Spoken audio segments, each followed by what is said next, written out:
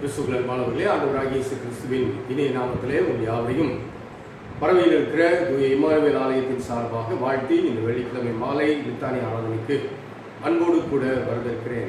எங்களுடைய ஆலயத்தைச் சேர்ந்தவர்களும் இன்னுமாக பல இடங்களிலிருந்து இந்த ஆன்லைன் ஆராதனையிலே இப்போது இணைந்திருக்கிறவர்களாகிய உங்களையும் இன்னும் பார்க்க போகிறவர்கள் ஒவ்வொருவரையும் ஆண்டவராகிய இயேசு கிறிஸ்துவின் இனிய நாமத்திலே நாங்கள் வாழ்த்து வரவேற்பதிலே அதிக மகிழ்ச்சி அடைகிறோம். கடந்த 3 மாதங்களாக தொடர்ச்சியாய் இந்த வெள்ளிக்கிழமை மற்றும் ஞாயிற்றுக்கிழமை ஆராதனைகளிலே கலந்து கொண்டிருக்கிற உங்களுடைய கருத்துக்களை தெரிவிக்கிற உங்கள் யாவரையும் ஆண்டவராகிய இயேசு கிறிஸ்து ஆசீர்வதிப்பாராக. இந்த நாளின் ஆராதனைக்கு ஆரம்பமாக நாம் இருந்த இடங்களிலே தலைகளை தாழ்த்தி ஆண்டவரை நோக்கி ஜெபம் செய்வோம். கிருபை நிறைந்த ஆண்டவரே, எங்களுக்கு தந்திருக்கிற இந்த மாதத்தின் முதல் வெள்ளிக்கிழமைக்காக நன்றி செலுத்துகிறோம். இந்த வெள்ளிக்கிழமை ஆராதனையிலே ஆண்டவருடைய பிரசன்னம் எங்களை முற்றிலும் சூழ்ந்திருக்க வேண்டும் என்று ஜெபிக்கிறோம். ஒரு கடுமையான சூழலுக்குள்ளாய் வாழ்ந்து கொண்டிருக்கிறோம்.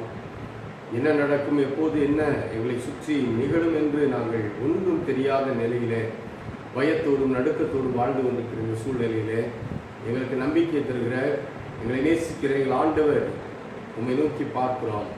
ஆண்டவரே, நீர் எங்களுக்கு வசனத்தின் வழியாய் இந்த நாளிலே வேண்டிய தைரியத்தை தாரும். இயேசு கிறிஸ்துவின் மூலம் ஜெபிக்கிறோம் நல்ல பிதாவே, ஆமென். நாம் யாவரும் எழுந்து நின்று நம்முடைய ஆராதனைக்கு ஆரம்பமாக கிறிஸ்து சபை பாமாலைகளிலே 302ஆம் பாமாலை பாடுவோம். பாமாலை 302. எந்தன் ஜீவன் இயேசுவே சொந்தமாக ஆளுமே, எந்தன் காலம் நேரமும் நீர் கையாடி அருளும், எந்தன் கை பேரன்பினால் ஏவப்படும், எந்தன் கால் சேவை செய்ய வீரையும் அழகாக விளங்கும், எந்தன் நாவு இன்பமாய் உம்மை பாடவும், என்பாய் நீட்பின் செய்தி கூறவும், ஏதுவாக்கி அருளும், எந்தன் நாஸ்தி தேவரே முற்றும் அங்கீகரிப்பீ, புத்தி கல்வி யாவையும் சித்தம் போல் பிரயோகியும், எந்தன் சேத்தம் இயேசுவே ஒப்புவித்து விட்டேனே, எந்தன் நெஞ்சில் தங்குவீர் அதை நீத்தம் ஆளுவீர், தீருபாதம் பற்றினேன் எந்தன் நேசம் ஊற்றினேன், என்னையே சமூலமாய் தர்க்கம் செய்தேன் நேக்கமாய்.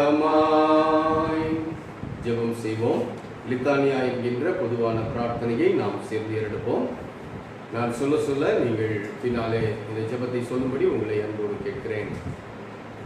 தேவனாகிய பரமபிதாவே, ஏழை பாவிகளாகி எங்களுக்கு இறங்கும். லோக மீட்பராயிருக்கிற தேவனாகிய குமாரனே, ஏழை பாவிகளாகி எங்களுக்கு இறங்கும். பிதாவிலும் குமாரனிலும் நின்று புறப்படுகிற தேவனாகிய பரிசுத்த ஆவியே, ஏழை பாவிகளாகி எங்களுக்கு இறங்கும். பரிசுத்தமும் ஆனந்தமும் மகிமையும் உள்ள திருத்துவமே, மூவராகிய ஏக தேவனே, ஏழை பாவிகளாகி எங்களுக்கு இறங்கும். பின்வரும் ஜெபத்தை தொடர்ந்து எங்களுக்கு இறங்கி பொறுத்தருளும் தயவுள்ள கர்த்தாவே என்று மறுமொழி சொல்ல உங்களை அன்பாய் கேட்கிறேன். கர்த்தாவே, எங்கள் குற்றங்களையும் எங்கள் முன்னோர் குற்றங்களையும் நினையாதேயும், எங்கள் பாவங்களுக்கு தக்க தண்டனை செய்யாதேயும். தயவுள்ள கர்த்தாவே, எங்களுக்கு இறங்கி பொறுத்தருளும். மகா விலை உயர்ந்த முதரத்தால் மீட்டுக் கொண்ட உடைய ஜனமாகி எங்கள் மேல் என்றைக்கும் கோபமாயிராமல் இறங்கி பொறுத்தருளும். பின்வரும் ஜெபங்களை தொடர்ந்து எங்களை இரட்சித்தருளும் தயவுள்ள கர்த்தாவே என்று மறுமொழி சொல்ல உங்களை தயவாய் கேட்கிறேன். சகல தீமையிலும் ஆபத்திலும் நின்றும் பாவத்திலும் பிசாசின் தந்திரங்களிலும் விரோதங்களிலும் நின்றும் உம்முடைய கோபத்திலும் நித்திய ஆக்கினையிலும் நின்றும் இருதய குருட்டாட்டத்தில் நின்றும் அகந்தையிலும் வீண் பெருமையிலும் ஆயத்திலும் நின்றும் பொறாமையிலும் பகையிலும் வன்மத்திலும் சகலவித அன்பு தாட்சியிலும் நின்றும் விபசாரத்திலும் மரணத்துக்கு ஏதுவான மற்றெல்லா பாவத்திலும் நின்றும் உலகத்தினாலும் மாம்சத்தினாலும் பிசாசினாலும் வருகிற சகல வஞ்சகங்களிலும் நின்றும் இடியிலும் பெருங்காற்றிலும் நின்றும் பெருவாரி விஷவியாதிகளிலும் பஞ்சத்திலும் நின்றும் யுத்தத்திலும் கொலையிலும் சருதியில் வரும் மரணத்திலும் நின்றும் சகலவித கலகத்திலும் அதிகாரிகளுக்கு விரோதமான கட்டுப்பாட்டிலும் ராஜ துரோகத்திலும் நின்றும் சகலவித பொய் போதகத்திலும் வேத பொருட்டிலும் சபை பிரிவினையிலும் நின்றும் இருதய கடினத்திலும் உமது வசனத்தையும் கற்பனையையும் அசட்டை பண்ணும் துணிவிலும் நின்றோம். தேவரீருடைய பரிசுத்த மனுசாவதார ரகசியத்து நிமித்தமும் உமது பரிசுத்த பிறப்பு விருத்த சேதனத்து நிமித்தமும் உமது ஞான ஸ்நானம் உபவாசம் சோதனையின் நிமித்தமும்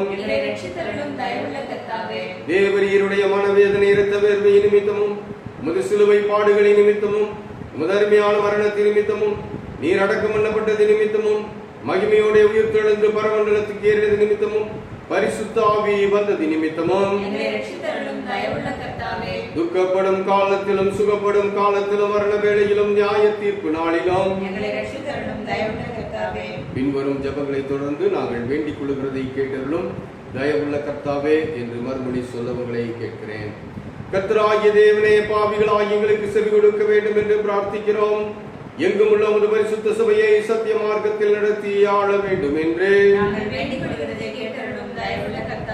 எங்கள் ஜனாதிபதியையும் மாகாண கவர்னர்களையும் தேசாதிபதிகளையும் ஆசீர்வதித்து அவர்களை உமது பரமஞானத்தால் நடத்தி அருள வேண்டும் என்று சிறந்த உறுதியான அஸ்திவாரங்களின் மேல் அமையும் பிரயத்தனங்களால் எல்லா காரியங்களும் ஒழுங்காய் வகுக்கப்பட்டு நிலை பெற்றோங்கும்படி பாராளுமன்றத்தையும் சட்டசபைகளின் வேலையையும் நீராண்டு நடத்தி ஆசீர்வதித்தருள வேண்டும் என்று நியாயாதிபதிகளையும் அதிகாரிகளையும் வழி நடத்தி அவர்கள் நியாயத்தை நடப்பிக்கவும் சத்தியத்தை பரிபாலனம் பண்ணவும் கிருபையருள வேண்டும் என்று அதிகாரிகள் எல்லாருக்கும் ஞானத்தையும் தெளிந்த அறிவையும் ஏக சிந்தையையும் அருளி செய்ய வேண்டும் என்று எங்கள் தேசத்தை எல்லா மோசங்களிலும் விக்கினங்களிலும் தற்காத்து நிலத்திலும் நீரிலும் ஆகாயத்திலும் தற்பாதுகாப்புக்கு என்று நியமிக்கப்பட்டிருக்கும் படைகளை பாதுகாத்தருள வேண்டும் என்று அத்தியட்சர்மார் குருமார் உதவி குருமார் யாவருக்கும் முதவசனத்தை பற்றிய மெய்யறிவாகிய பிரகாசத்தை அளித்து அவர்கள் பிரசங்கத்தினாலும் நடக்கையினாலும் வசனத்தை தகுதியாய் பிரசித்தம் செய்து காண்பிக்கும்படி கிருபை செய்ய வேண்டும் என்று உம்முடைய ஜனங்கள் எல்லாரையும் ஆசீர்வதித்து காப்பாற்ற வேண்டும் என்று சகல தேசங்களுக்கும் ஒருமையையும் சமாதானத்தையும் ஏக சிந்தையையும் அருளி செய்ய வேண்டும் என்று நாங்கள் உம்மில் அன்பு கூர்ந்து உமக்கு பயந்து உமது கற்பனைகளின்படி ஜாக்கிரதையாய் நடக்க எங்களுக்கு நல் மனதை கொடுக்க வேண்டும் என்று உம்முடைய ஜனங்கள் எல்லாரும் உமது வசனத்தை சாந்தமாய் கேட்டு அன்புடனே உட்கொண்டு ஆவியின் கனிகளை கொடுக்கும்படி கிருபையை அதிக அதிகமாய் தந்தருள வேண்டும் என்று வழி தப்பி மோசம் போன யாவரையும் சத்திய வழியில் திருப்ப வேண்டும் என்று நிற்கிறவர்களை பலப்படுத்தி மனவூக்கமில்லாதவர்களை தேற்றி ஆதரித்து விழுந்தவர்களை கைதூக்கி கடைசியில் சாத்தானை எங்கள் கால்களின் கீழே நசுக்கி போட வேண்டும் என்று மோசத்திலும் வறுமையிலும் துன்பத்திலும் அகப்பட்ட யாவருக்கும் ஆதரவையும் சகாயத்தையும் ஆறுதலையும் செய்ய வேண்டும் என்று நிலத்திலும் நீரிலும் ஆகாயத்திலும் யாத்திரை பண்ணுகிற யாவரையும் பிரசவ வேதனைப்படுகிற ஸ்திரீகள் எல்லாரையும் சகல வியாதிக்காரரையும் குழந்தைகளையும் காப்பாற்றி காவலில் அடைபட்டவர்கள், சிறைப்பட்டவர்கள் யாவருக்கும் இரக்கம் செய்ய வேண்டும் என்று தாய் தந்தை இல்லா பிள்ளைகளையும், கைம்பெண்களையும், திக்கற்றவர்கள், ஒடுக்கப்பட்டவர்கள் அனைவரையும் காத்து பராமரிக்க வேண்டும் என்று எல்லா மனுஷருக்கும் இரக்கம் செய்ய வேண்டும் என்று எங்களை பகைக்கிறவர்களுக்கும், துன்பப்படுத்துகிறவர்களுக்கும், அவதூறு பண்ணுகிறவர்களுக்கும் மன்னித்து அவர்கள் இருதயத்தை திருப்ப வேண்டும் என்று பூமியின் நற்பலன்களை அதன் காலத்தில் நாங்கள் அனுபவிக்கும்படி அவைகளை எங்கள் உபயோகத்துக்காக தந்து காப்பாற்ற வேண்டும் என்று எங்களுக்கு மெய்யான மன திரும்புதலை தந்து எல்லா பாவங்களையும், அஜாக்கிரதையையும், அறியாமையையும் மன்னித்து உமது பரிசுத்த வசனத்தின்படி எங்கள் நடக்கையை சீர்படுத்துகிறதற்கு உமது பரிசுத்தாவின் கிருபையை அருளை செய்ய வேண்டும் என்று தேவனுடைய குமாரனே நாங்கள் வேண்டிக் கொள்கிறதை கேட்டருளோம். லோகத்தின் பாவங்களை சுமந்து தீர்க்கிற தேவாட்டுக்குட்டியே, லோகத்தின் பாவங்களை சுமந்து தீர்க்கிற தேவாட்டுக்குட்டியே, கிறிஸ்துவே கேட்டருளோம். கர்த்தாவே எங்களுக்கு இரங்கும். கிறிஸ்துவே எங்களுக்கு இரங்கும். கர்த்தாவே எங்களுக்கு இரங்கும். பரமண்டலங்களில் இருக்கிற எங்கள் பிதாவே, உம்முடைய நாமம் பரிசுத்தப்படுவதாக, உம்முடைய ராஜ்யம் வருவதாக, உம்முடைய சித்தம் பரமண்டலத்திலே செய்யப்படுகிறது போல பூமியிலேயும் செய்யப்படுவதாக. அன்றன்றுள்ள எங்கள் அப்பத்தை இன்று தாரும். எங்களுக்கு விரோதமாய் குற்றம் செய்தவர்களுக்கு நாங்கள் மன்னிக்கிறது போல எங்கள் குற்றங்களை எங்களுக்கு மன்னியும். எங்களை சோதனைக்குள் பிரவேசிக்க பண்ணாமல் தீமையை ரட்சித்துக் கொள்ளும். ஆமென். கர்த்தாவே எங்கள் பாவங்களுக்கு தக்கதாக எங்களை தண்டியாதேயும், ஜெபம் பண்ண கடவோம். நொறுங்குண்ட இருதயத்தின் பெருமூச்சையும், துயரப்படுகிறவர்களின் விருப்பத்தையும் புறக்கணியாத தேவனே, இரக்கமுள்ள பிதாவே, துன்பங்களும் இடுக்கண்களும் எங்களை வருத்தும் போதெல்லாம் நாங்கள் உம்மை நோக்கி செய்யும் ஜெபங்களை கிருபையாய் கேட்டருளும். உமதடியாராகிய நாங்கள் எந்த உபத்திரவங்களினாலும் சேதப்படாமல் உமது பரிசுத்த சபையிலே எப்பொழுதும் உமக்கு ஸ்தோத்திரம் செலுத்தும்படியாக பிசாசும் மனிதரும் எங்களுக்கு விரோதமாக நடப்பிக்கும் உபாய தந்திரங்கள் யாவும் தேவரீருடைய தயவுள்ள விசாரணையினாலே அவமாய் போகும்படி எங்கள் கர்த்தராகிய இயேசு கிறிஸ்துவின் நிமித்தம் கிருபை செய்தருளும். ஆமென்.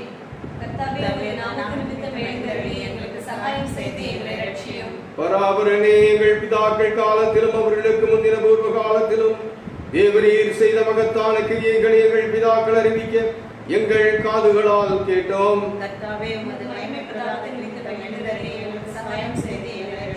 பிதாவுக்கும் குமாரனுக்கும் பரிசுத்த ஆவிக்கும் மகிமை உண்டாவதாக. கிறிஸ்துவே எங்கள் சத்துருக்களை விலக்கி எங்களை இரட்சியும். உருக்கமாய் எங்கள் மன விசாரங்களை பாரும். தயவாய் இரக்கத்துடன் எங்கள் ஜெபங்களை கேளும். கிறிஸ்துவே இப்பொழுதும் எப்பொழுதும் செவி கொடுத்தருளும். கர்த்தாவே உம்முடைய இரக்கத்தை எங்களுக்கு காண்பியும். ஜெபம் பண்ண கடவோம். சர்வ வல்லமை உள்ள தேவனே, உம்முடைய ஜனங்கள் வனாந்தரத்திலே மோசேயையும் ஆரோனையும் எதிர்த்து அவர்களுக்கு விரோதமாய் அடம் சாதித்து கலகம் செய்தது நிமித்தம் அவர்கள் மேல் கோபம் கொண்டு வாதையை வரவிட்டு தாவீது ராஜாவின் காலத்திலும் கொள்ளை நோயினாலே 70,000 பேரை சங்காரம் செய்து பின்பு உமது இரக்கத்தின் நினைவு கூர்ந்து மற்றவர்களை இரட்சித்தீரே. இக்காலத்தில் கொடிய விஷவியாதியினாலே மாறிக்கொள்ளப்படுகிற ஏழை பாவிகளாகி எங்கள் மேல் மனதுருகி அப்பொழுது தேவரீர் இரக்கமாய் பாவ பரிகாரத்தை ஏற்றுக்கொண்டு வாதையை நிறுத்தும்படி சங்கார தூதனுக்கு கட்டளையிட்டது போல இப்பொழுது எங்கள் கர்த்தராகிய இயேசு கிறிஸ்துவின் திருமுகத்தை பார்த்து இந்த கொடிய விஷவியாதியை எங்களை விட்டு நீக்கி அருளும். பிதாவே, எங்கள் பலவீனங்களை இரக்கமாய் நோக்கி பார்த்து நியாயமாய் எங்களுக்கு வர வேண்டிய தீங்குகள் எல்லாவற்றையும் உமது நாமத்துக்கு மகிமை உண்டாக விலக்கி எங்களுக்கு நேரிடும் எல்லா துன்பங்களிலும் நாங்கள் உமது இரக்கத்தை பூரணமாய் நம்பி பற்றிக் கொள்ளவும் உமக்கு கனமும் மகிமையும் உண்டாக எப்பொழுதும் மாசில்லாத பரிசுத்த நடக்கை உள்ளவர்களாய் உம்மை சேவிக்கவும் கிருபை செய்ய வேண்டும் என்று எங்கள் ஒரே மத்தியஸ்தரும் காரியகர்த்தருமாகிய இயேசு கிறிஸ்துநாதர் மூலமாய் மனத்தாழ்மையோடு வேண்டிக் கொள்கிறோம். இத்தருணத்தில் ஒருமனப்பட்டு உம்மை நோக்கி எங்கள் பொதுவான விண்ணப்பங்களை செய்ய எங்களுக்கு கிருபை அளித்த சர்வ வல்லமையுள்ள தேவனே, 2 பேராவது 3 பேராவது என் நாமத்தினாலே கூடி வரும் பொழுது அவர்கள் கேட்கிறவைகளை அருளி செய்வேன் என்று வாக்கருளி இருக்கிறீரே. கர்த்தாவே, உமது அடியாராகிய எங்களுக்கு வேண்டிய நன்மைகள் உண்டாக எங்கள் விருப்பங்களையும் வேண்டுதல்களையும் பொழுது நிறைவேற்றி இம்மையிலே உம்முடைய சத்தியம் பெறுகிற அறிவையும் மறுமையிலே நித்திய ஜீவனையும் எங்களுக்கு கட்டளையிட்டு அருளும். தயவு செய்து உட்காருங்கள். கிறிஸ்துவுக்குள் அன்பானவர்களே, ஆண்டவராகிய இயேசு கிறிஸ்துவின் இனிய நாமத்திலே உங்கள் யாவரையும் திரும்பவுமாக தூய இம்மானுவேல் ஆலயத்தின் சார்பாக இந்த ஆன்லைன் லைவ் லித்தானிய ஆராதனைக்கு திரும்பவுமாக வாழ்த்தி வரவேற்கிறேன். ஆண்டவர் உங்கள் ஒவ்வொருவரோடும் கூட இருந்து இதுவரைக்கும் எப்படி அற்புதமாக வழிநடத்தி கொண்டிருக்கிறாரோ அதே விதமாக வரும் நாட்களிலும் சிறப்பாக இந்த புதிய மாதத்தின் 2ஆம் அரையாண்டு பகுதியிலும் உங்களை அற்புதமாக வழிநடத்துவாராக. 2020ஆவது ஆண்டு ஒரு நல்ல எதிர்பார்ப்போடு கூட ஆரம்பிக்கப்பட்ட ஒரு ஆண்டு. ஆனால் மார்ச் மாதத்திலிருந்து நாம் சந்தித்துக் கொண்டிருக்கிற பிரச்சனை, இந்த கொள்ளை நோயின் பாதிப்பு நம்மை மிகுந்த ஒரு அச்சத்தின் சூழ்நிலையிலே வைத்திருக்கிறது. ஒரு மாதத்திலே சரியாகிவிடும், 2 மாதங்களிலே சரியாகிவிடும் என்று நாம் எதிர்பார்த்த எதிர்பார்ப்புகள் எல்லாம் இப்போது தவிடுபொடியாகி இப்போது என்றைக்கு இது முடியுமோ என்கின்ற ஒரு கேள்வியிலே கொண்டு வந்து நிறுத்தியிருக்கிறது. எனக்கு அன்பானவர்களே, இந்த 3 மாதங்கள் ஒரு கடுமையான காலங்கள் என்று சொன்னால் தவறாகாது.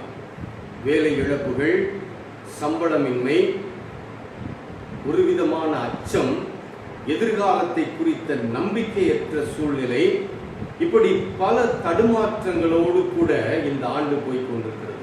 இந்த ஆண்டின் ஆரம்பத்திலே ஆண்டவர் சொன்ன வார்த்தைகள் எல்லாம் எங்கே என்ற ஒரு கேள்வியும் மனதிற்குள்ளே ஓடிக்கொண்டே இருக்கிறது. அன்பான தெய்வ மக்களை, இப்படிப்பட்ட ஒரு சூழ்நிலையிலே இந்த ஆண்டின் முதல் அரையாண்டை நாம் நிறைவு செய்துவிட்டோம். கண்ணீரோடும் கவலையோடும் எதிர்பார்ப்புகளோடும் பலவிதமான தடுமாற்றங்களோடும் கூட ஒரு அரையாண்டை நாம் நிறைவு செய்துவிட்டோம். 2வது அரையாண்டின் இந்த முதல் மாதத்தின் இந்த ஆரம்ப நிலையில 3வது நாளிலே உங்களோடு கூட நின்று ஆண்டவருடைய வார்த்தையை சொல்ல, ஆண்டவருடைய ஊழியக்காரனாகிய ஆண்டவருடைய பணியை செய்ய அபிஷேகம் பெற்றவனாக ஆண்டவர் என்னை நிறுத்தி இருக்கிறதற்காக நான் அவருக்கு நன்றி சொல்லுகிறேன். ஏனென்றால் நடைபெற்ற கடுமையான பாதிப்புகளுக்கு மத்தியிலும் கடந்த மாதத்தின் நடுப்பகுதியிலிருந்து, கடந்த மாதத்தில் அல்ல முந்தின மாதத்தின் நடுப்பகுதியிலிருந்து கடந்த மாதத்தின் இறுதி வரைக்கும் நம்முடைய திருச்சபை மக்கள் அனைவரையும் உங்கள் இல்லங்களிலேயே வந்து சந்திக்க ஆண்டவர் ஒரு பெரும் கிருபையை தந்தார்.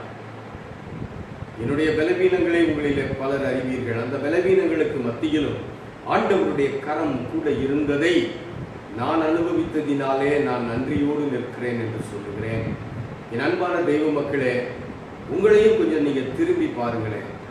அழுது அழுது ஒருவேளை எதிர்காலத்தை நினைத்த ஒரு அச்சத்திலே நீங்க வீட்டுக்குள்ள ஒரு தடுமாற்றத்தோடு உட்கார்ந்து கொண்டிருக்கிறீர்கள் என்பது எனக்கு தெரியும்.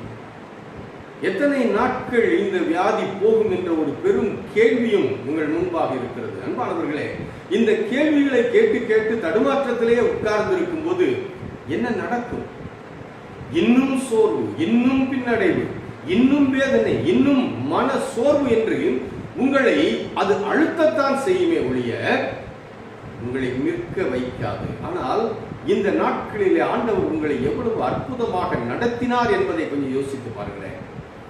ஒண்ணுமே இல்லை, ஆனாலும் ஆண்டவர் நடத்தி இன்றைக்கு கொண்டு வந்து நிறுத்தி இருக்கிறார் இல்லையா? அந்த ஆண்டவருடைய நடத்துதலை நீங்கள் பார்க்கும்போது இந்த கொரோனா இன்னும் எத்தனை நாட்கள் இருந்தாலும் உங்களுக்கு பயம் இருக்காது. இன்னைக்கு எங்க பார்த்தாலும் எல்லாரும் பேசுகிற பேச்சு என்ன தெரியுமா? எங்க தெருவுக்கு வந்துருச்சு, எங்க பக்கத்து தெருவுக்கு வந்துருச்சு, எங்களை சுற்றிலும் இந்த வியாதியின் பாதிப்பு இருக்கிறது, எந்த மருத்துவமனையிலும் அனுமதிக்க இடமில்லை என்ற ஒரு நிலையிலே என்னை சுற்றிலும் இந்த நோய் இருக்கிறது என்ற பயமே இன்றைக்கு பலரை தடுமாற்றத்தில் உட்கார வைத்திருக்கிறது. அன்பானவர்களே, ஆண்டவர் நமக்கு இருக்கிறார். இதுவரைக்கும் நடத்தி கொண்டிருக்கிற அந்த ஆண்டவர் இனியும் விட்டு விடுவாரா? அதுக்காக நீங்க எந்திரிச்சு வெளியில ஓடுங்க நான் சொல்லல. அரசாங்கம் சொல்லி இருக்கிற விதிமுறைகளை நீங்கள் கட்டாயம் பின்பற்றுங்க. மாஸ்க் போடுங்க, வெளியில போகும்போது மற்றவர்களோடு கூட உள்ள இடைவெளியை நீங்கள் நெருக்கமாக்காதீர்கள், கூட்டமாக இருக்கிற இடங்களுக்கு செல்வதை தவிருங்கள், கூடுமான வரைக்கும் உங்களுடைய பயணங்கள் எல்லாவற்றையும் நீங்க ஒத்தி போடுங்க. அத்தியாவசியமாய் செய்ய வேண்டிய வேலைகளை மட்டும் வெளியில போய் செஞ்சுட்டு வாங்க. நீங்கள் வேலைக்கு போக வேண்டியது இருக்கும், நீங்கள் சம்பாதிப்பதற்காக நீங்கள் சில முயற்சிகளை எடுக்க வேண்டியது இருக்கும். அப்போதெல்லாம் அரசாங்கம் சொல்லியிருக்கிற நெறிமுறைகளை நீங்கள் கட்டாயமாய் பின்பற்றுங்கள். இந்த கபசுர குடிநீர் குடிக்கணும்னு சொல்லியிருக்கிறாங்க, இன்னும் என்னென்னமோ சொல்றாங்க இல்லையா, எல்லாவற்றையும் நீங்க தவறாம செய்ய. அதே வேளையில ஆண்டவர் உங்களோடு கூட இருக்கிறார் என்பதையும் நீங்கள் மறந்து விடாதீர்கள்.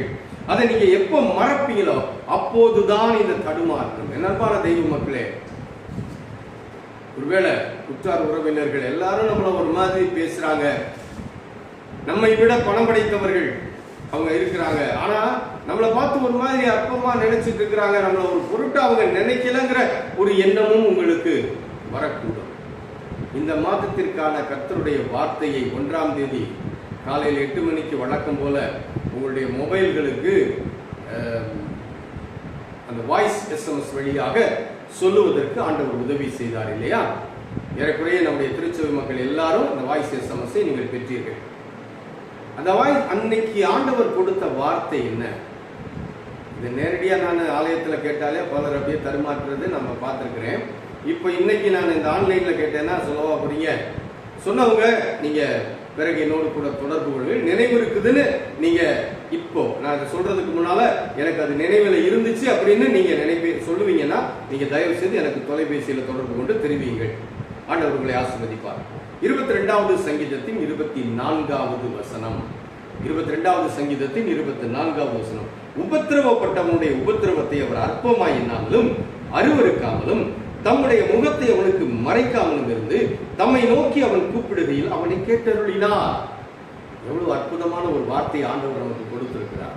இந்த வார்த்தை ஆண்டவர் நம்மை தைரியப்படுத்துவதற்காக, நம்மை நினைவுபடுத்துவதற்காக, நம்மோடு கூட அவர் இருக்கிறார், அவருடைய அற்புத கரம் நம்மை வழிநடத்துகிறது என்பதை நமக்கு சொல்லி தைரியப்படுத்துவதற்காக ஆண்டவர் இந்த வார்த்தையை நமக்கு கொடுத்தார் என்பதிலே நான் ஆணித்தரமான நம்பிக்கையுடையவனாய் இருக்கிறேன்.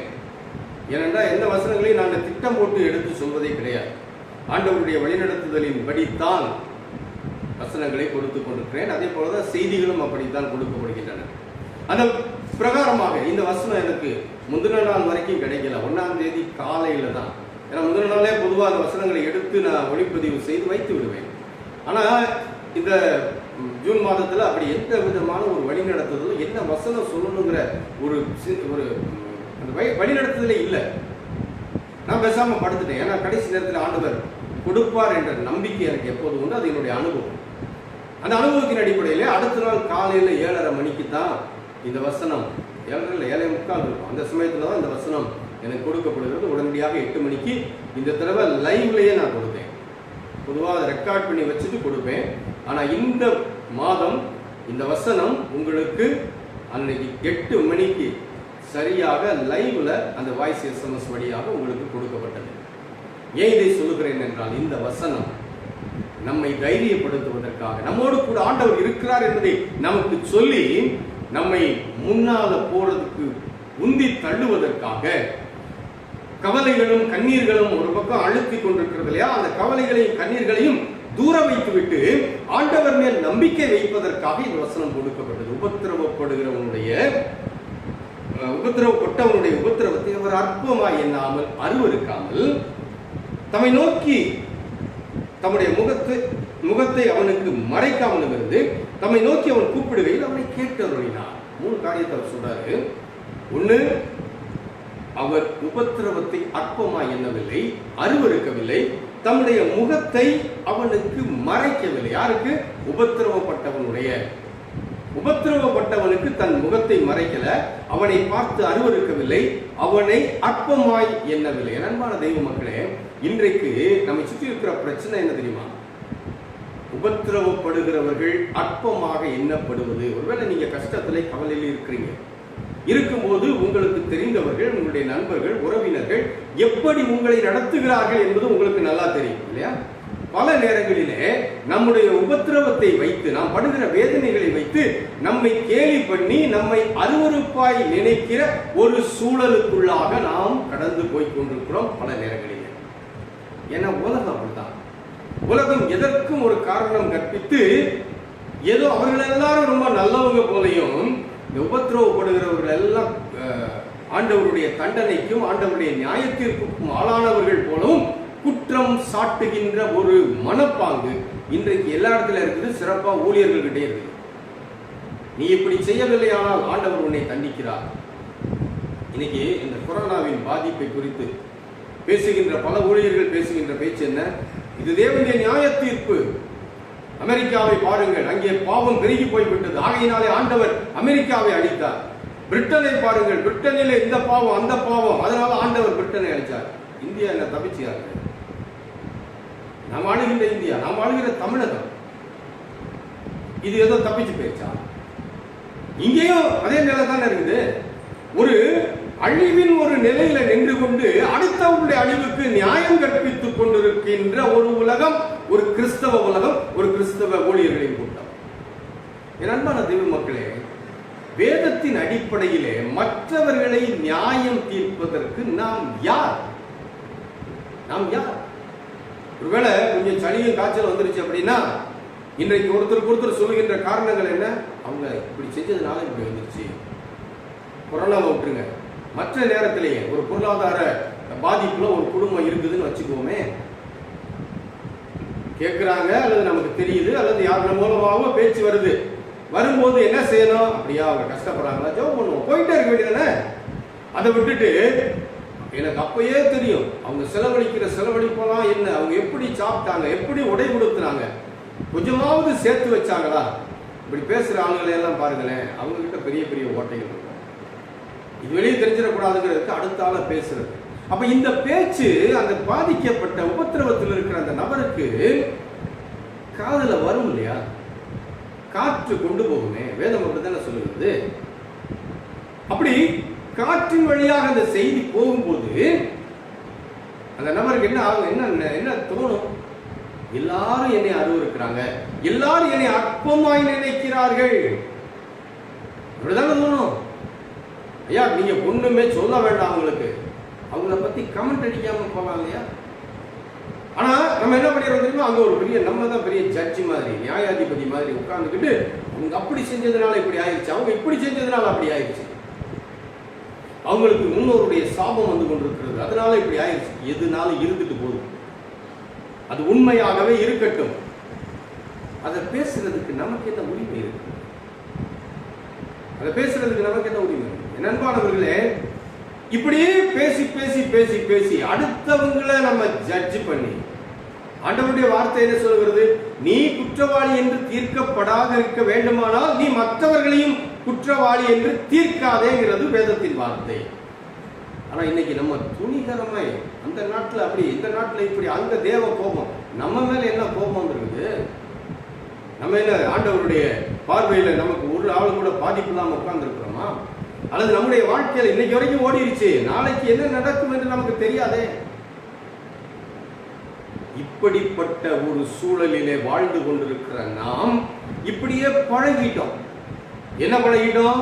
உபத்திரவப்படுறவங்களை ஏறி மிதிக்கிறது என்கின்ற ஒரு நிலையிலே பழகி போய்விட்டோம். யாருக்காவது ஒரு கஷ்டம்னு தெரிஞ்சிருச்சுன்னா, அடே அப்பா என்ன பேச்சு. நான் கிறிஸ்தவர்களை பேசிக் கொண்டிருக்கிறேன். நண்பான தெய்வ மக்களே, நம்ம என்ன பேசிட்டு, நம்ம திருச்சபையில நம்ம கூட இருக்கிறவங்கள ஒருத்தர் கீழே விழுந்தா என்ன செய்யறோம்? ஏறி மிதிக்கத்தானே செய்யறோம். அதுல ஒரு பெரிய திருப்தி. அப்ப அந்த நபருடைய நிலைமை என்ன? நான் அற்பமாய் எண்ணப்படுகிறேன், நான் எல்லாராலையும் அருவருக்கப்படுகிறேன், எல்லாரும் என் முகத்தை தங்களுக்கு மறைச்சிட்டாங்க. அந்த நபரை கண்டாலே விலகி ஓடுகின்ற சில சூழ்நிலைகள் நமக்கு என்னன்னா, ஏதாவது கேட்டுவாங்களோ, அவங்க கேட்க கூட மாட்டாங்க. சரி, அப்படியே கேட்டாலும் இல்லை என்று சொல்லிவிட்டு போக வேண்டியதானே? இல்லை இருந்தா, மனசு இருந்தா கொடுக்கலாம், இல்ல மனசு இருக்கு கொடுக்க ஒண்ணு இல்லைன்னா இல்லை என்று சொல்லிவிட்டு போக வேண்டியதானே? அதை விட்டுட்டு அந்த நபர்களை கண்டாலே ஏதோ சத்துருவ கண்டு ஓடின மாதிரி ஓடுகின்ற ஒரு நிலை. என்ன செய்யறோம்? முகத்தை மறைக்கிறோம். இது நம்மளும் செய்யறோம். சில நேரங்களில் நாமும் அந்த பாதிப்புக்கு உள்ளாகி இருக்கிறோம். என்ன பாதிப்பு? நாம் கஷ்டப்படுகின்ற நேரங்களிலே மற்றவர்கள் நம்மை அற்பமாய் எண்ணி இருக்கிறார்கள், மற்றவர்கள் நம்மை அருவருப்பாய் நினைத்திருக்கிறார்கள், மற்றவர்கள் தங்களுடைய முகத்தை நமக்கு மறைத்திருக்கிறார்கள். பல நேரங்களிலே நாமும் அதை அநேகருக்கு செய்து கொண்டிருக்கிறோம். என்ன செய்யறோம்? உபத்திரவப்படுகிறவர்களை பார்த்து அவங்கள அற்பமா எண்ணுகிறோம், அவங்க ஒண்ணுமே இல்லை, அவங்களுக்கு ஒண்ணுமே உதவாதுன்னு நினைக்கிறோம், அவங்கள அருவருக்கிறோம், அவங்களுக்கு வேண்டிய உதவிகளை செய்யாம அவங்கள தூரம் தள்ளுகிறோம். அது மட்டுமல்ல, முகத்தை அவர்களுக்கு மறைக்கிறோம். ஆனால் நம்முடைய ஆண்டவர் எப்படிப்பட்டவர்? இதை சங்கீதக்காரன், இந்த சங்கீதத்தை எழுதினவர் தாவீது. இந்த தாவீது என்ன அழகாய் என் ஆண்டவர் எப்படிப்பட்டவர் என்று நமக்கு நினைவுபடுத்துகிறார். அதை சொல்றதுக்கு முன்னால இதே சங்கீதத்துல அவருடைய அந்த உபத்திரவத்தின் நிலையை அவர் எழுதுகிறார். 12வது வசனத்திலிருந்து வாசிக்கிறேன். அநேகம் காளைகள் என்னை சூழ்ந்திருக்கிறது, பாசான் தேசத்து பலத்த எருதுகள் என்னை வளைந்து கொண்டது, பீறி கட்சிக்கிற சிங்கத்தை போல் என் மேல் தங்கள் வாயை திறக்கிறார்கள், தண்ணீரை போல ஊற்றுண்டேன், என் எலும்புகளெல்லாம் கட்டுவிட்டது, என் இருதயம் மெழுகு போலாகி என் குடல்களின் நடுவே உருகிற்று. கவிதையா எழுதுகிறாரு. ஆகையினால அவர் சில உருவகங்களை அங்கே எழுதுகிறார். இது எப்படி இருதயம் உருகி குடலுக்கு நடுவில் போகும்னு கேள்வி கேட்காதீங்க. அது போல நான் என் இருதயமே உருகி உள்ளுக்குள்ள ஒழுகி ஓடுறது போல நான் வேதையை அனுபவித்துக் கொண்டிருக்கிறேன் என்று சொல்கிறார். 15வது வசனத்துல பாருங்க, என் பெலன் ஓட்டை போல் காய்ந்தது, என் நாவு மேல்வாயோட ஒட்டி கொண்டது, என்னை மரண தூளியிலே போடுகிறேன். நாய்கள் என்னை சூழ்ந்திருக்கிறது, பொல்லாதவர்களின் கூட்டம் என்னை வளைந்து கொண்டது, என் கைகளையும் என் கால்களையும் உருவ குத்தினார்கள், நான் என் எலும்புகளை எல்லாம் நான் எண்ணலாம், அவர்கள் என்னை நோக்கி பார்த்து கொண்டிருக்கிறார்கள். இதெல்லாம் சொல்லிட்டு இப்படியெல்லாம் எனக்கு விரோதமான சூழ்நிலைகள் இருக்குதுன்னு சொல்லிட்டு 20வது வசனத்துல சொல்றாரு, என் ஆத்மாவை பட்டயத்திற்கும் எனக்கு அருமையானதை நாய்களின் துஷ்டத்தனத்திற்கும் தப்புவியும். அடுத்த வசனத்துல ஒரு அழகான ஒரு பதத்தை சொல்லி நிறுத்துகிறார். 21வது வசனத்துல, என்னை சிங்கத்தின் வாயிலிருந்து ரட்சியும், நான் காண்டாமிருகத்தின் கொம்புகளில் இருக்கும் போது எனக்கு செவி கொடுத்து அருளினீர். இப்படியெல்லாம் என்னை சுற்றி சூழல் இருக்குது, இப்படியெல்லாம் என்னை சுற்றி என்னை பாதிக்கின்ற, என்னை வேதனைப்படுத்துகின்ற, என்னை உருக்குலைக்கின்ற, இவரெல்லாம் உருவகமா சொல்றாரு, இதெல்லாம் எனக்கு மனிதர்கள் வழியாக வந்த அந்த கோபத்தின் உச்சத்தில் அவர் சொல்றாரு, நாய்கள் என்னை சூழ்ந்திருக்கிறது. லிட்டரலா நாய் சுத்தி இருந்துச்சா? இல்ல, மனிதர்களை சொல்றார். இப்படி எல்லாம் நடந்த சிங்கத்தின் வாயில், அவங்க சிங்கம் போல இருக்கிறாங்க, காண்டாமிருகம் போல இருக்கிறாங்க, அவங்க கொம்புகளின் மேல நான் இருக்கிறேன், அப்போது எனக்கு செவி கொடுத்து அருளினீர். அப்ப வாழ்க்கையில எப்படி சூழ்நிலையை சொல்றாரு பாருங்களேன். காண்டாமிருகம் கொம்புல கொத்தி தூக்கிட்டு போகுது, அந்த கொம்புகளுக்குள்ள நான் கிடக்கும் போது ஆண்டவரே நீர் எனக்கு செவி கொடுத்து அருளினீர். அதனாலதான் அவர் என்ன சொல்றாரு பாருங்களேன், என் ஆண்டவர் உபத்திரவப்படுகிறவனை அற்பமாய் எண்ண மாட்டார், அவனை அருவருக்க மாட்டார், அவனுக்கு தன்னுடைய முகத்தை மறைக்க மாட்டார். அந்த வசனத்துல சொல்றாரு, தம்மை நோக்கி அவன் கூப்பிடுகையில் அவனை கேட்டருளினார். ஒருவேளை இன்னைக்கு நம்மளை சுத்தி எதிரிகள், நம்மை சுற்றிலும் அப்படி நெருக்கப்பட்ட எல்லாரும் நமக்கு நேரம் அசைவாடி கொண்டிருக்கிற ஒரு சூழ்நிலையில எப்படி இருக்கும்? நொறுங்கி போய் கிடப்போம் இல்லையா? அப்பதான் இது சொல்றாரு, நான் காண்டாமிருகத்தின் கொம்புகளின் மேல கிடக்கிறேன், இந்த காண்டாமிருகம் என்னை தூக்கிட்டு போகுது, என்னால ஒண்ணும் செய்ய முடியாது, நான் அந்த அளவுக்கு பலன் இல்லாம போயிட்டேன். 15வது சொல்றாரு இல்லையா, என் பலன் ஓட்டை போல் காய்ந்தது, என் நாவு மேல போய் ஒட்டி கிடுச்சு, என்னை மரண தூளியிலே போடுகிறேன், என் எலும்புகள் எல்லாம் கட்டுவிட்டது, ஒன்னும் பலனே இல்லை. அப்படியே பேசுறத கேட்டு கேட்டு கேட்டு கேட்டு நான் அப்படியே உடைஞ்சு போய் உட்கார்ந்து இருக்கிறேன். ஏற்கனவே பயத்துல இருக்கிறேன், என்ன நடக்குமோ எப்படி போகுமோன்ற பயத்துல இருக்கும்போது ஏதோ எனக்கு வந்துவிட்ட சின்ன சின்ன கோளாறுகளை பார்த்து மற்றவர்கள் பேசும்போது நான் உடைந்து உருக்குலைந்து போயிருக்கிறேன். ஆனாலும் என்னை அசட்டை பண்ணாமல், என்னை அருவருக்காமல், எனக்கு தம்முடைய முகத்தை மறைக்காமல் இருக்கிறேன். ஆண்டவர், நான் காண்டாமிருகத்தின் கொம்புகளின் மேலே கிடக்கும் போதும் என் விண்ணப்பத்தை கேட்டீர், எனக்கு நீ செவி கொடுத்தீர் என்று சொல்கிறார். இந்த சங்கீதத்தை எந்த நிலையின் அடிப்படையிலே பாடியிருப்பார் என்று யோசித்து பார்க்கும்போது 2 சாமுவேலின் புஸ்தகம் 22வது அதிகாரத்திலே அவர் ஒரு அழகான பாடலை பாடுகிறார். அந்த பாடலில் இருந்து ஒருவேளை இதை எழுதியிருக்க கூடும் என்று நான் ஒரு முடிவுக்கு வருகிறேன். 22வது அதிகாரம் 2 சாமுவேலின் புஸ்தகம் எடுத்துக்கொள்வோம்.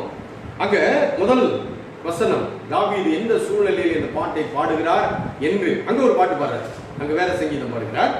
கர்த்தர் தாவீதை அவனுடைய எல்லா சத்துருக்களின் கைக்கும் சவுலின் கைக்கும் நீங்களாக்கி விடுவித்த போது அவன் கர்த்தருக்கு முன்பாக பாடின பாட்டு. தாவீது ராஜாவுடைய வாழ்க்கையில உபத்திரவம் எப்படி வந்துச்சுன்னு பாருங்களேன்.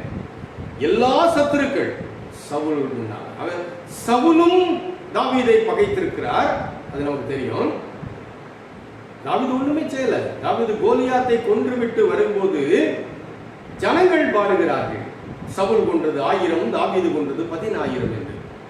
இதை கேட்டதிலிருந்து தாவீதின் மேல் கோபம் கொண்டவனாக்கிவிட்டான் சவுல்.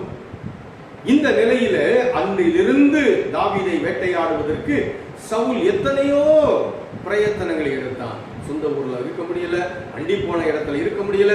இப்படி பல இக்கட்டுகளுக்கு மத்தியிலே, பல நெருக்கங்களுக்கு மத்தியிலே தாவீது ராஜா தன்னுடைய வாழ்க்கையை நடத்தி கொடுக்கிறார். அந்த சமயங்களிலே அவர் பாடின பாடல்கள், இத்தகைய வாழ்வின் சூழ்நிலைகளில் இருந்து ஆண்டவர் எனக்கு அற்புதமான விடுதலை தந்தார் என்பதை வைத்து பாடின பாடல்கள் தான் சங்கீதங்கள் பல. அந்த சங்கீதங்களிலே ஒன்றுதான், அதிலிருந்து ஒரு வார்த்தை தான் இன்றைக்கு நம்முடைய மையவசனமாய் ஆண்டவரால் நமக்கு கொடுக்கப்பட்டிருக்கிறது. உபத்திரவப்பட்டவனுடைய உபத்திரவத்தை அற்பமாய் என்ன அருவருக்காமல், தன்னுடைய முகத்தை அவனுக்கு வரைக்காமல் அவன் நோக்கி கூப்பிடும் போது அவனுக்கு மறுத்தொருவர்களை செய்கிறார். ஆக இதை எங்க இருந்து பாடுறாரு? தன்னுடைய வாழ்வின் அனுபவம். சத்துருக்கள் அநேகர் இருந்தார்கள். எல்லாம் வேதத்தை படித்து பார்ப்போமானால் தாவீது ராஜாவுக்கு என்னென்ன நிலைகளில் எல்லாம் சத்துரு வந்தார் என்பதெல்லாம் நமக்கு நன்றாய் தெரியும். சீமேயி என்கின்ற ஒரு மனிதன் தாவீது அந்த அளவுக்கு கேவலமாய் வசைபாடி மேல கல்லெடுத்து எரிஞ்சுட்டு போயிருக்கான். கூட இருக்கவங்க எல்லாம் டென்ஷன் ஆனாங்க. அவனை நாங்கள் கொன்று போடுகிறோம் என்று சொல்லும்போது ஆண்டவர் அவனுக்கு அனுமதி கொடுத்திருக்கிறார். ஆகையினால் அவன் என்னை தூசிக்கட்டும் என்று சொல்லி அமைதலாய் போய் கொண்டிருக்கிறார். சவுல் நாயை வேட்டையாடுவது போல வேட்டையாடி தாவீதை துரத்தி துரத்தி அடித்துக் கொண்டிருக்கிறார். இப்படி பல சூழ்நிலைகளுக்கு மத்தியிலே ஆண்டவருடைய விடுதலையும் தாவீதுக்கு இருந்தார். அதான் சொல்றாரு, நான் காண்டாமிருகத்தின் கொம்புகளுக்கு மேல கிடந்த போது கூட ஆண்டவரின் விண்ணப்பத்தின் சத்தத்தை கேட்டார், எனக்கு செவி கொடுத்தார். ஆக இந்த ஆண்டவர் என் வாழ்க்கையில நான் உடைந்து போயிருக்கிற எந்த சூழ்நிலையிலிருந்து அவரை நோக்கி நான் கூப்பிட்டாலும் அவர் எனக்கு பதில் கொடுப்பார். இந்த நம்பிக்கை இன்னைக்கு உங்களுக்கு மேல. இன்னைக்கு ஒருவேளை காண்டாமிருகத்தின் கொம்புகளுக்கு மேல இருக்கிறீங்க, எல்லாரும் உங்களுக்கு விரோதமா இருக்கிறாங்க, செய்வதறியாது திகைத்துக் கொண்டிருக்கிறீர்கள். என் அன்பான என் திருச்சபை மக்களே, இந்த ஆன்லைன் ஆராதனையை கண்டு கொண்டிருக்கிற என் அன்பான தெய்வ மக்களே, நீங்க யாரோ இப்படி ஒரு சூழ்நிலையில் இருக்கிறீங்க இல்லையா? காண்டாமிருகத்தின் கொம்புகளுக்கு மேல பயணித்துக் கொண்டிருப்பது போல எந்த நேரத்தில் அது குத்தி தூக்கும், எந்த நேரத்தில் அது என்னை கொண்டு போடும், எந்த நேரத்திலே வாழ்க்கை முடியும் என்ற பல அச்சங்களுக்கு மத்தியிலே போய் கொண்டிருக்கும் போது ஒருவேளை இந்த கொரோனா அச்சம் கூட காண்டாமிருகத்தின் கொம்பு போல நமக்கு இருக்கலாம். இன்னைக்கு அந்த ஒரு அச்சத்துல பயணித்துக் கொண்டிருக்கிறோம் இல்லையா? வாழ்க்கையில எந்த நேரத்தில் எது நடக்கும்? திடீர்னு இருமல் வந்துருச்சு, காய்ச்சல் வந்துருச்சு, சளி வந்துருச்சு. காலநிலைகளின் அடிப்படையில் வருகிற சாதாரண ஒரு பிரச்சனை கூட, ஒரு ஒரு சரீர வேதனை கூட நமக்கு இது கொரோனா வந்துருமோ. போன மாசம் வரைக்கும் எந்த பயமும் இல்லாம சளி வந்துச்சு, வீட்டுல என்னதையோ எடுத்தோம், குடிச்சோம், போயிட்டு இருந்தோம். ஆனா இன்றைக்கு ஒரு சளி வந்த உடனே, சளி வரும்போது இருக்கிறது என்று சொன்ன உடனே, ஏன்னா சில பேசும்போது சொன்னாங்க, எனக்கு சளி வர்றது மாதிரி இருக்குது. இப்படி பல பயம். இந்த பயம் தான் காண்டாமிருகத்தின் கொம்புகளுக்கு மேல உட்கார்ந்து பயணிக்கிறது போல வச்சுக்கிடுவோமே. எந்த நேரத்தில் காண்டாமிருகம் கீழே போடும், கும்பால குத்துமோ தெரியல. பக்கத்து தெருவுக்கு போக முடியல, அடுத்ததுக்கு போக முடியல, கடைக்கு போனா பயமா இருக்குது. ரோட்ல போற வழியில யாராவது ஒருத்தர் பக்கத்துல நின்று இருமிட்டாங்கன்னா, ஐயோ காய்ச்சல் இருக்குதுன்னு யாருக்காவது கேள்விப்பட்டோம்னா அந்த பக்கமே போக பயமா இருக்குது. காண்டாமிருகத்தின் கொம்புகளுக்கு மேல பயணித்துக் கொண்டிருக்கிறீர்களோ? என் அன்பான தெய்வ மக்களே, காண்டாமிருகத்தின் கொம்புகளுக்கு மேல நான் பயணித்துக் கொண்டிருக்கும் போது கூட கர்த்தர் விண்ணப்பத்தை கேட்டார், எனக்கு செவி கொடுத்தார் என்று தாவீது ராஜா பாடுகிறாரே. உங்களுக்கு அது தைரியம் கொடுக்கிறது தானே, எனக்கும் தைரியம் கொடுக்கிறது தானே. ஆண்டவர் எங்க இருந்தாலும் கேட்பாருங்க. தம்முடைய முகத்தை மறைக்காத ஆண்டவர் எப்ப கூப்பிட்டாலும் பதில் கொடுப்பார். அப்படி பதில் கொடுத்த ஒரு உற்சாகத்துல தாவீது ராஜா இந்த 2 சாமுவேல் 22வது அதிகாரத்துல பாடுறாரு. பாடும்போது ஒரு சில வசனங்களை மட்டும் நான் உங்களுக்கு குறிப்பிடுகிறேன். மற்ற வசனங்கள் நீங்க பிறகு படிங்க. 19வது வசனம், 2 சாமுவேல் 22:19, என் ஆபத்து நாளிலே எனக்கு எதிரிட்டு வந்தார்கள், கர்த்தரோ எனக்கு ஆதரவாய் இருந்தார். அன்பான தெய்வ மக்களே, இன்றைக்கு ஆண்டவர் உங்களுக்கு ஆதரவாய் இருக்கிறார் என்ற உண்மை இந்த வசனத்தின் வழியாய் சொல்லப்பட்டிருக்கிறது.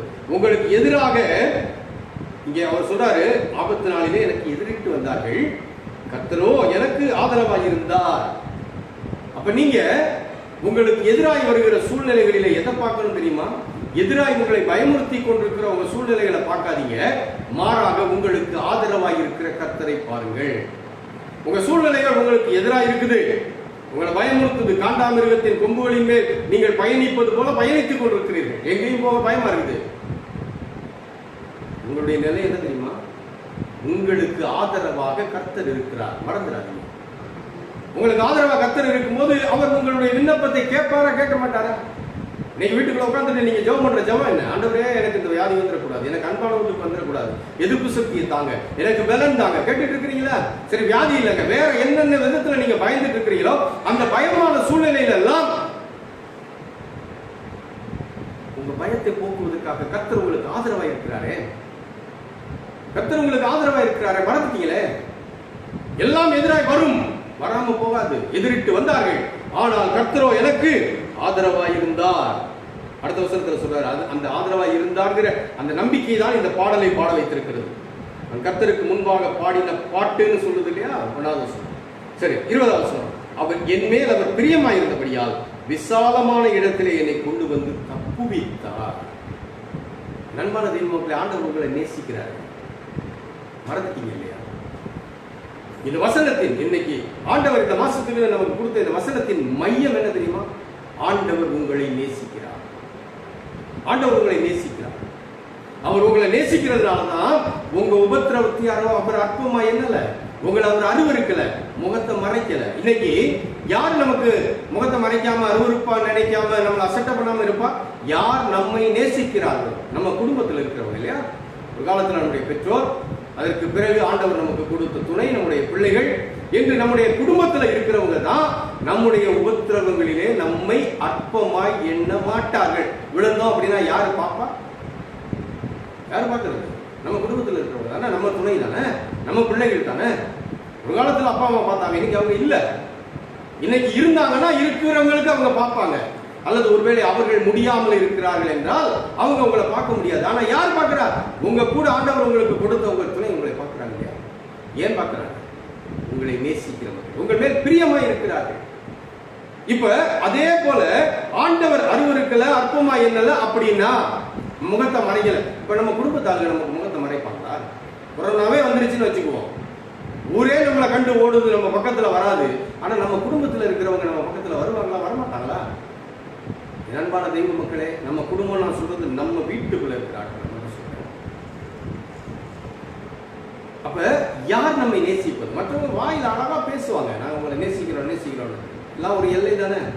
கொரோனா வந்துருச்சுன்னா பார்க்க வருவாங்களா? இன்னைக்கு சூழ்நிலையில் அதுதானே. ஐயோ வந்துடும், போகக்கூடாது, யாரா இருந்தாலும் அதானே. நானுமே அப்படித்தானே சொல்றேன். ஏன்? நம்ம அன்பு அவ்வளவுதாங்க. ஆனா யாரை நாம் நேசிக்கிறோமோ, யார் மேல நம்ம பிரியமா வச்சிருக்கிறோமோ அவங்கள நம்ம அசட்டை பண்ண மாட்டோம், அவங்கள அருவருக்க மாட்டோம், அவங்கள முகத்தை மறைக்க மாட்டோம். அவங்க என்ன கேட்டாலும் கொடுப்போமே. இப்ப ஆண்டவர் இந்த வசனத்தில் நமக்கு சொல்லித்தரது என்னன்னா, அவர் நம்மை நேசிக்கிறார். தேவன் நம்ம மேல் அன்பா இருக்கிறார். அந்த அன்பு நம்மை விசாலமான இடத்திலே கொண்டு போய் வைத்து நம்மை தப்புவிக்கும். என் அன்பான தெய்வ மக்களே, இன்னைக்கு பார்த்து பயந்து நடுங்கி போய் உட்கார்ந்து இருக்கிறீங்க இல்லையா? பார்த்து நடுநடுங்கி உட்கார்ந்து இருக்கிறீங்க இல்லையா? நடுங்கி போய்னு சொல்றதை விட நடுநடுங்கி போய் உட்கார்ந்து இருக்கிறீங்க இல்லையா? உங்களை நேசிக்கிறார், உங்களுக்கு ஆதரவா இருக்கிறார். முதல் வசனம். இப்ப இந்த வசனத்தில் அவர் நம்ம மேல் பிரியமா இருக்கிறார். என்ன? அவர் முதல்ல சப்போர்ட்டா இருக்கிறார், ஆதரவா இருக்கிறார். இங்க இந்த வசனம் சொல்லுது, அவர் என்னை நேசிக்கிறார். நேசிக்கிறதுனாலதான் அந்த 24வது வசனம், 22வது சங்கீதத்தின் 24வது வசனம் நமக்கு உண்மையுள்ளதா இருக்கு. நமக்கு அப்படி இருக்குது. நான் சொன்னதெல்லாம் உங்களுக்கு புரிஞ்சுக்க நினைக்கிறேன். அப்ப யாரு நேசிக்கிறார்? ஆண்டவர் என்னை நேசிக்கிறார். நேசிக்கிறதுனால என் மேல பிரியமா இருக்கிறார். இந்த 20வது சொல்லுவாங்க, 2 சாமுவேல் 22:20. நல்ல மனசுல வச்சுக்கோங்க. சங்கீதம் 22:24, இங்க 2 சாமுவேல் 22வது அதிகாரம். இங்க 20வது சொல்லுவாங்க, அவர் என் மேல் பிரியமாய் இருந்தபடியால் விசாலமான இடத்திலே என்னை கொண்டு வந்து என்னை தப்புவித்தார். அப்ப இந்த ஆண்டவர் என் மேல் பிரியம் வைத்தவர், என்னை நேசிக்கிறவர். அதனால அவர் என்னை தப்புவிக்கிறார். என் அன்பான தெய்வ மக்களே, நீங்க வழிபட்டுக் கொண்டிருக்கிற ஆண்டவர் யார் தெரியுமா? உங்களை நேசிக்கிறவர். உங்களை அருவருக்கல, உங்களை அசட்டை பண்ணல, உங்களை முகத்தை மறைக்கல அப்படின்னா என்ன அர்த்தம்? உங்க மேல அவர் பிரியம் வைத்திருக்கிறார், உங்களை நேசிக்கிறார். அந்த நேசிப்பு உங்க மேல பிரியம் வைக்க வச்சிருக்குது. அந்த பிரியம் உங்களை விசாலமான இடத்திலே கொண்டு போய் தப்புவிக்க வைக்கும். எந்த பிரச்சனை, என்ன பாரம், என்ன சூழ்நிலை நீங்க பயந்து நடுங்கிக்கிட்டு இருக்கிறீங்களோ அதிலிருந்து ஆண்டவர் உங்களை தப்புவிப்பார். என் எதிரிகள் எல்லா பக்கத்துல இருந்து வந்தாங்க, ஆனா இப்போ என்னை ஆண்டவர் விடுதலை ஆக்கி இருக்கிறார் என்ற தாவீது ராஜா இந்த நம்பிக்கையை நமக்கு எழுதி வைக்கிறார். என்ன நம்பிக்கை? உங்கள் மேல் பிரியம் வைத்திருக்கிற ஆண்டவர் உங்களை தப்புவிப்பார். என் அன்பான தெய்வ மக்களை, எவ்வளவு ஆறுதலான வார்த்தை! ஆண்டவர் நமக்கு ஆதரவாக இருக்கிறார், அவர் நம்மை தப்புவிப்பார். ஏனென்றால் அவர் நம்மேல் பிரியம் வைத்திருக்கிறார். அன்பான தெய்வ மக்களே, முதல் 3 பதத்துக்கு இந்த விளக்கம் போதும்னு நினைக்கிறேன். அடுத்து இன்னொரு பதம் இருக்கிறது. என்ன பதம்? இந்த வசனத்தின் கடைசி பகுதி, தம்மை நோக்கி அவன் கூப்பிடுகையில் அவனை கேட்டருளினார். கூப்பிடுகையில் கேட்டருளினார். இன்னைக்கு எங்க யாரை பார்த்து கூப்பிட்டு இருக்கிறீங்கிறத நீங்க தான் முடிவு பண்ணணும், நீங்க தான் சொல்லணும். இன்னைக்கு பிரச்சனை போராட்டம் வந்த உடனே எங்க ஓடுறோம்? யாரை தேடுகிறோம்? நீங்க காண்டாமிருகத்தின் கொம்பின் மேல கிடக்கிறது போல ஒரு சூழ்நிலையில கிடக்கும் போது ஆண்டவரை நோக்கி கூப்பிடுங்கள். அவங்க கூப்பிடுவாங்க, இவங்க கூப்பிடுவாங்க, உட்கார்ந்து இருக்காதீங்க. யாரும் உங்களுக்காக கூப்பிட மாட்டாங்க. அவரவருக்கு அவரவர் பாடு பெருசு. எனத்தையாவது பேசுறது, எனத்தையாவது அந்த பேசுறதுக்கு பதில் வரும்போது அதுல இருந்து எப்படி தப்பிக்கிறதுங்கிறது தான் இன்றைய உலகத்துல எல்லாரும் தேடி ஓடிக்கொண்டிருக்கிற பாதை. இதுல உங்க பிரச்சனையை யாருங்க மனசுல வச்சு பேசுவா? நீங்க தான் பேசணும், நீங்க தான் யோசிக்கணும், நீங்க தான் ஜெபம் பண்ணணும். மற்றவங்க பண்ணுவாங்க, ஒரு தடவை 2 தடவை பண்ணுவாங்க. ஆனா யாருக்கு அக்கறை அதிகம்? உங்களுக்கு தானே. நீங்க பண்ணுங்க. நீங்க கூப்பிடும் போது அவர் உங்களுக்கு செவி கொடுப்பார். ஐயோ, காண்டாமிருக கொம்பு மேல கிடக்கிறேனே புலம்பிட்டு இருக்காதீங்க. வேதனையில கிடக்கிறேனே, கைவிடப்பட்ட நிலையில இருக்கிறேனே, பொருளாதாரம் இல்லையே, பயப்படாதீங்க. உங்களுக்கு நீங்க புலம்பிக்கிட்டு இருக்காதீங்க. அவர்கிட்ட சொல்லுங்க, அவர்கிட்ட சொல்லுங்க, அவருக்கு சொல்லுங்க. அன்பான தெய்வ மக்களே, அவர்கிட்ட சொல்லும் போது என்ன நடக்கும் தெரியுமா? 2 சாமுவேல் 22:21 வசனம், கர்த்தர் என் நீதிக்கு தக்கதாக எனக்கு பதிலளித்தார், என் கைகளின் சுத்தத்திற்கு தக்கதாக எனக்கு சரி கட்டினார். எப்ப பதில் கொடுப்பாராம்? எப்படி பதில் கொடுப்பாராம்? சும்மா கண்ட நிலையில இருந்துகிட்டு நீங்க அவரை நோக்கி கூப்பிட்டீங்கன்னா பதில் கொடுக்க மாட்டார். எப்படி சொல்றாரு பாருங்க, கர்த்தர் என் நீதிக்கு தக்கதாக எனக்கு பதில் அளித்தார். ஆண்டவருடைய பதில் எப்படி வருமா? நீங்க எப்படி அவருக்கு அவர் விருப்பத்தின்படி அவருடைய பிள்ளையாய் வாழ்கின்றீர்களோ அதற்கு ஏற்றாற் போல அவர் பதில் கொடுப்பார். நல்லா கவனிக்கணும். நீ சும்மா ஜெபம் பண்ணிட்டே அல்லது அவங்க ஜெபம் பண்ணிடுவாங்க, நான் ஜெபம் பண்ணதுனால எல்லாம் வந்துடும், தயவு செய்து அப்படி நினைக்காதீங்க. ஜெபம் பண்ணும்போது ஒரு தகுதி உண்டு. என்ன தகுதி? அந்த ஜெபத்தை அவர் கேட்பதற்குரிய நிலையில நீங்க இருக்கிறீங்களா? அவர் கேட்பார். ஆனா அதே நேரத்துல நீங்க எப்படி இருக்கணும்? அவர் விரும்புகின்ற நீதியை உங்கள் வாழ்க்கையில நிறைவேற்றுகிறவர்களா இருக்கணும். நீங்க மற்றால பத்தி வாய் வெளிய குற்றமும் குறையுமா பேசிட்டு ஆண்டவர் எனக்கு மட்டும் நீதி செய்யணும்னா அங்க நடக்காது. அப்ப உங்களுக்கு எதிராய் எப்படி மற்றவங்க இருக்கணும் நீங்க நினைக்கிறீங்களோ, உங்களுக்கு முன்னால எப்படி மக்கள் இருக்கணும் நீங்க நினைக்கிறீங்களோ, அதே போல நீங்கள் நடக்கணும். என் நீதிக்கு தக்கதாக கர்த்தர் எனக்கு பதில் அளித்தார். நான் இவ்வளவு சூழ்நிலையிலையும், இவ்வளவு உடைந்து போன சூழ்நிலையிலையும் நான் ஆண்டவருக்கு விரோதமா எதுவும் செய்யலைன்னு அவர் ஆணித்தரமா நின்றார். நான் ஏற்கனவே சீமையை பற்றி சொன்னேன் இல்லையா? அவன் பேசும்போது தாவீது ராஜா என்ன சொல்றாரு? அது அவன் ஆண்டவர், அவன் அப்படியே இருந்தா அவன் பேசட்டும், நான் அவனுக்கு பதில் செய்ய மாட்டேன். தாவீது ராஜா நினைச்சிருந்தா அந்த இடத்துல அவனை கொன்னு போட்டிருந்திருக்கலாம். அவர் செஞ்சாரு. ஆனா பிறகு ஆண்டவருடைய இருதயத்திற்கு ஏற்றவர் என்ற அந்த உயர்நிலை அடைந்தார் இல்லையா? எப்படி அடைச்சாரு? எப்படி அந்த உயர்நிலை கிடைச்சிச்சு அவருக்கு? அதற்கு பிறகு வாழ்க்கையில அவர் ஆண்டவர் விரும்புகின்றபடி வாழ்ந்தார். தவறு செய்த மனிதன் தான், ஆனா தவறில் இருந்து அவர் திருந்தி வாழ்ந்ததினால தானே என் இருதயத்திற்கு ஏற்றவன் என்று ஆண்டவராலே சாட்சி பெற்றார். சொல்றாரு, கர்த்தரின் நீதிக்கு தக்கதாக எனக்கு பதிலளித்தார், என் கைகளின் சுத்தத்திற்கு தக்கதாக எனக்கு சரி கட்டினார். ஆண்டவர் பதில் கொடுக்கணும் அப்படின்னா நீதியாய் இருக்கணும். ஆண்டவர் விரும்புகின்ற சுத்தம் உங்களிடத்துல இருக்கணும். அசுத்தத்தை செய்து கொண்டு ஆண்டவர் எனக்கு நீதி செய்யணும்னு நினைச்சா நடக்காது. இந்த பகுதியை எடுத்து நம்ம பிறகு ஒரு நாள் விரிவாக படிக்கலாம். இன்னைக்கு ஒரு சில வசனங்களை மட்டும் நான் சொல்லி முடிக்கிறேன். 26வது வசனத்தை படிக்கிறேன்.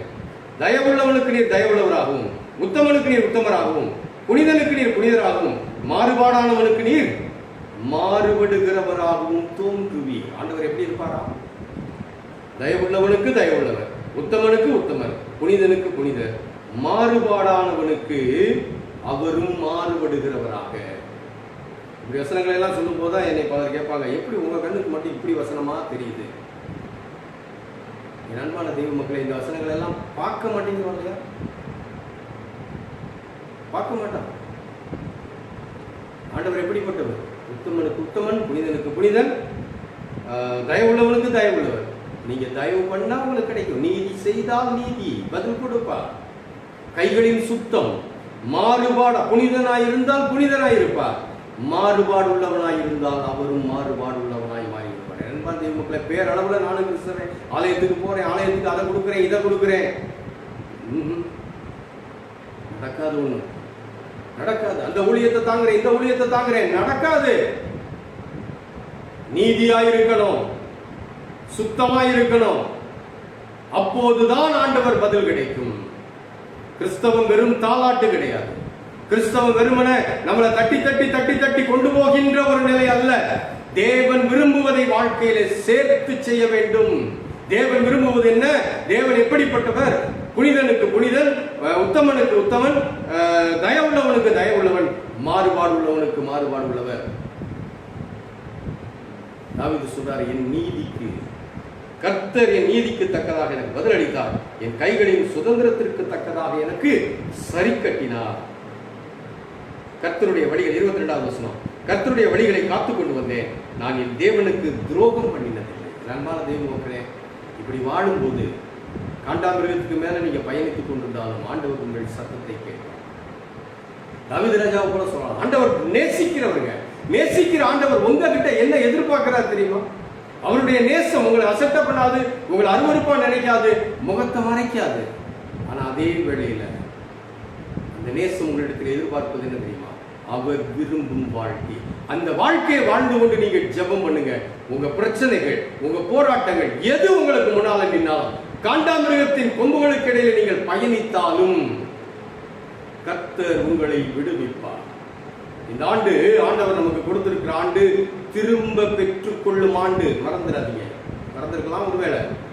புது வருஷத்தனை ஆண்டவர் கொடுத்த செய்தி என்ன? திரும்ப பெற்றுக் கொள்ளும் ஆண்டு. விடமாட்டார்.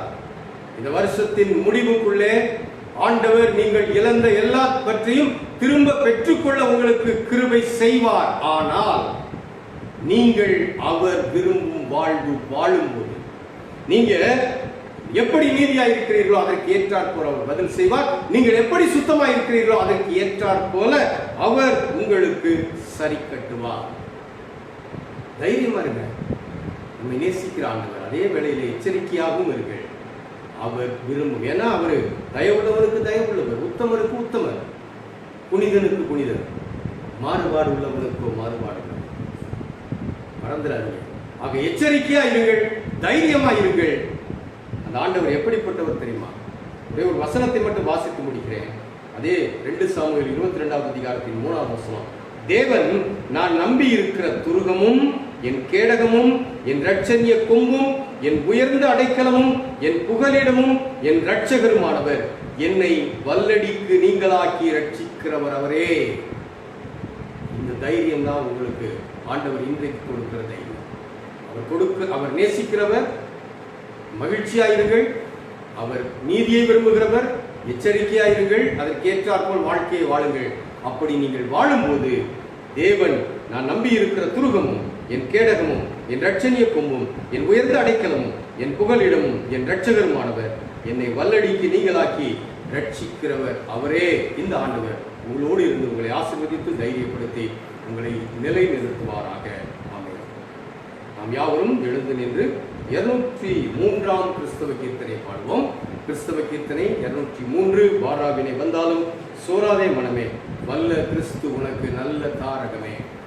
கேட்ட வசனங்களின் அடிப்படையில் இந்த பாடலோடு சேர்ந்து நம் ஆண்டவரை மகிமைப்படுத்தி தைரியம் பெறுவோம். 203ஆம் கிறிஸ்தவ கீர்த்தனை.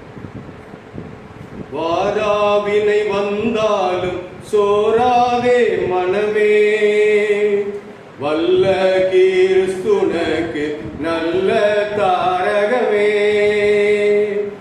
அலகை சதிக்கும் மீது வலை வீசினாலும் அஞ்சாதே இயேசுவரன் தஞ்சம் வீடாதே. உலகம் எதிர்த்துனக்கு மலைவு செய்தாலும் உறுதி விட்டயராதே நெறிதவராதே. பெற்ற பிதா போலும் குற்றம் என்னாரே பிள்ளையாகில் அவர் தள்ளி விடாரே. தன் உயிரிந்திட்ட உன் இயேசுநாதர் தள்ளுவரோ அன்பு கொள்ளவர் மீதே. மரணம் உருகின்ற தருணம் வந்தாலும் மருள வீழாதே அருளை வீழாதே.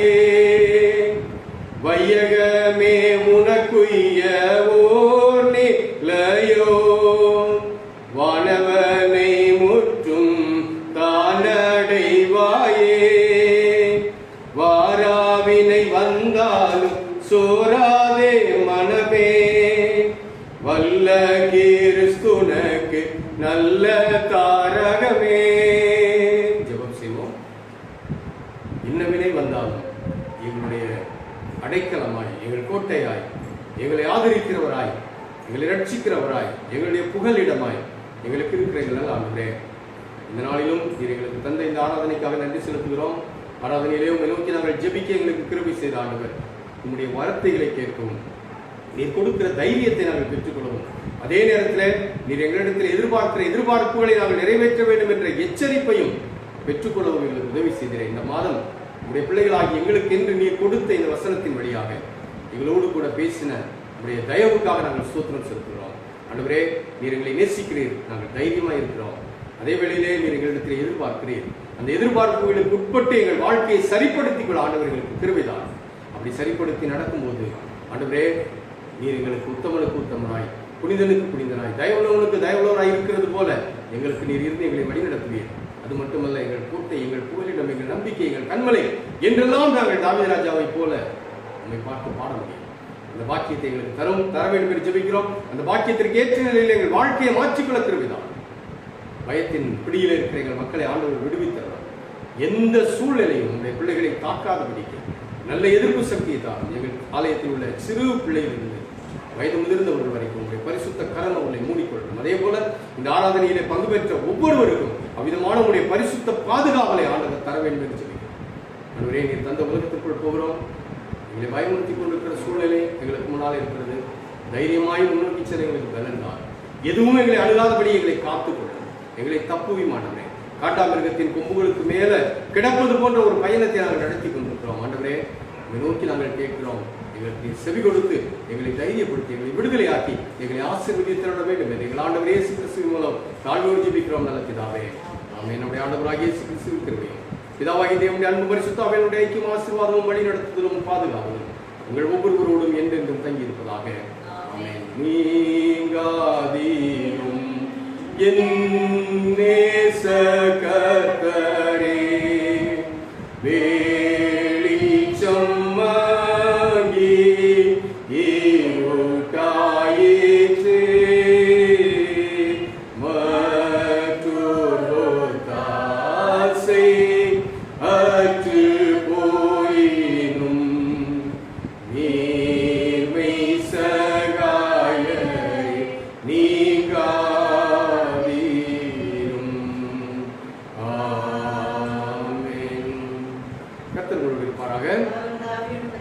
கர்த்தர் தரும் சமாதானத்தோடு அவர் தரும் வாழ்வு வாழ்வோம். கர்த்தர் உங்களை ஆசீர்வதிப்பாராக.